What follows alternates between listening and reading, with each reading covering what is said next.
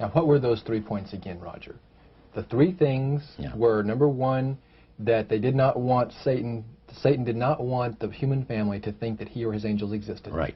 The second point that you made had to do with taking control of people's minds. That's right. The third point was what? Was to destroy the Bible without burning it. Okay. See? And what was his strategy on that? On that, it was very interesting. Because after the Great General Council, it was decided that Satan would tutor Charles Darwin personally in setting up the principles of his theories of evolution. He was tutored by Lucifer himself, fallen Lucifer. And at that time, it was understood, Satan and his spirit counselors understood, that if a person was led to believe in the theory of evolution, it would, in his life, destroy completely the creation week of the Bible, the fall of man, and the plan of redemption. It would do away with it. In one fell swoop. Yeah. Now, he made a unique statement. He said that according to the spirits, anyone that teaches a theory of evolution is considered to be a minister of a great religious system. See, they call it the religious system, the theory of evolution, because it is a system of schooling people and getting them to disqualify themselves and being members of Christ's kingdom. And he said that every teacher of that theory is recognized by the spirits as a person of great value and receives a very special unction from Satan himself, giving great power to induce spiritual blindness, to convince and convert. 3 capacities are given to those teachers of the theory. Then, that's not all. The priest says that Satan considers the teachers of the theory of evolution to be so valuable to him that in the sight of all the inhabitants of the galaxies, he assigns a retinue of bright, beautiful angels to follow that educator all the remainder of his life. And that in the sight of the inhabitants of the galaxies is the greatest honor that he can bestow upon his workers, upon mankind, and to, until the controversy is finished. That was quite enlightening. Now, the high priest was talking just sort of like a preacher would talk up front.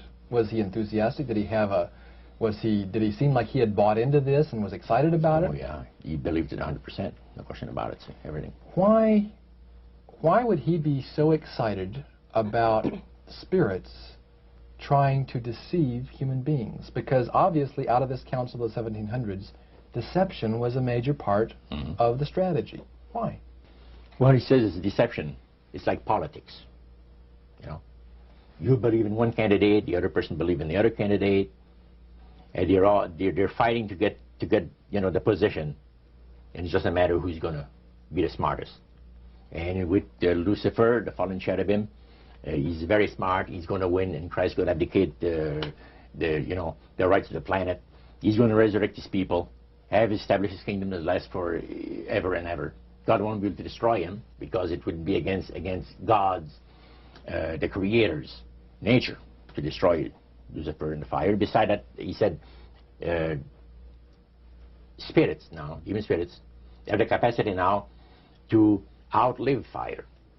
He says, you don't believe it, go to India or some of those countries where they have firewalkers.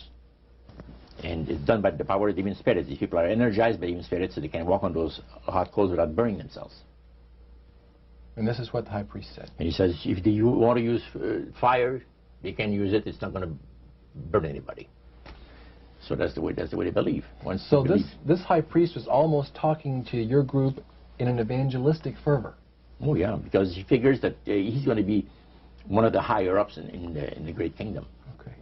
Now, of the group that was there that night, 60, 70 people, I think you've mentioned before. Yeah, it varied. How many of those were people who were hardcore members, and how many of them were new inductees? Well, we were the only two youngsters there, so to speak. You and your friend. And how old were you at that time, Roger? I was about 20. 20 years old. Mm-hmm. Yeah.